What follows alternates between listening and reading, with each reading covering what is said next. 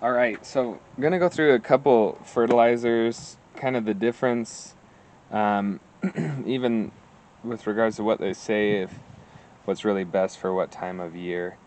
First we'll go through your generic. This is if you were to buy a what they call all-purpose, just fertilizer in general. This can be used for just about everything, and also it talks here, indoor and outdoor.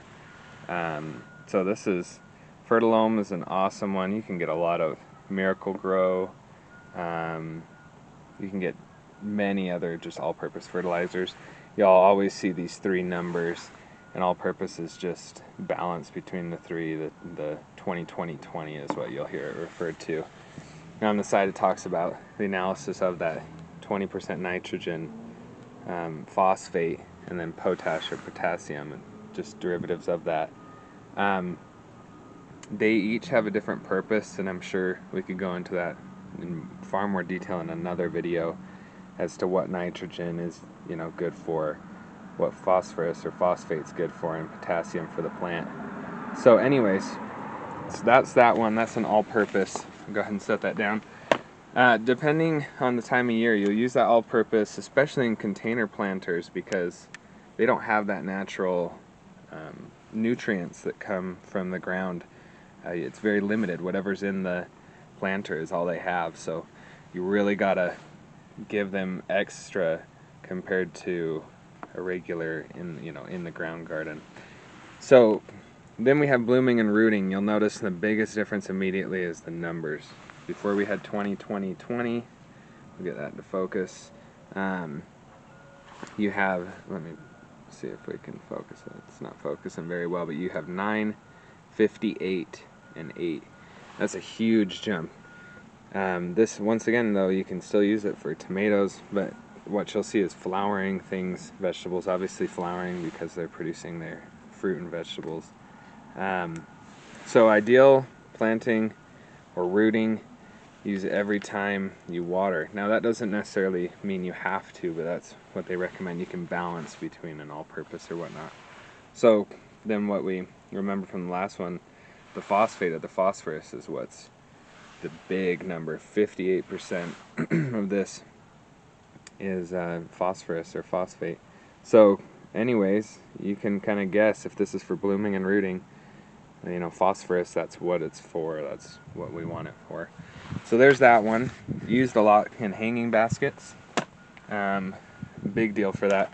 Then we have here, don't have a label at all, but this is a slow release fertilizer. You can get tons of these, and we put this in the soil itself when we plant the hanging baskets, when we give people planters. A lot of greenhouses will actually put this directly into their soil that they use for their soilless media. Anyways, that's Osmocote, the actual brand. We just have a huge amount at the greenhouse, and so that's what we use for that. And then I just thought I'd show this real quick. This is a different one. Promotes blossoms, flower and roots and fruit setter. So this is not specifically for rooting like the other one, but this is a liquid fertilizer, just mixes differently, and so concentrated obviously makes 128 gallons of product. And then this has 3,4,17. So once again, we can look at the analysis, and let me see if we can focus this a little bit. Wonder, it's not wanting to super well. But anyways, our high number in this is potassium, 17%.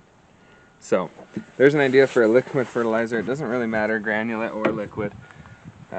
Liquid's just already kind of mixed. You don't really have to focus on that. And this will lead right into our next. We'll do another segment after this with tomatoes and vegetables. A lot of the time you'll hear blossom end rot, or the black on the bottom that you'll get. It'll actually rot the bottom of a tomato or the bottom of a pepper. You'll notice the numbers are a lot smaller though, which would be confusing. You're thinking, why not do 20-20-20 or a higher number? Plants, and this isn't a plug for organic necessarily, it's just a fact that organic fertilizers are absorbed more easily in the plant. With synthetics, like the ones I showed you just before, synthetics are harder for plants to absorb, which doesn't mean that they're bad.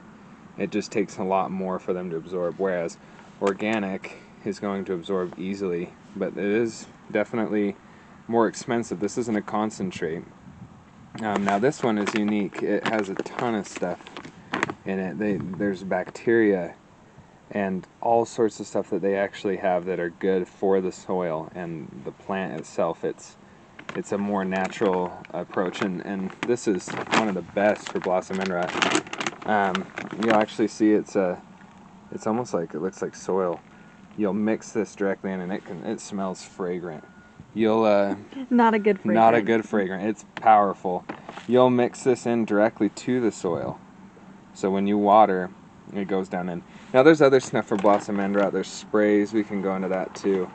But anyways, yeah, that's just a few fertilizers. I mean, there's tons and tons, and everybody's going to have their preference. You'll kind of just have to play with what's best for you. And yeah, anything else that we missed? I think that's good. Good. All right.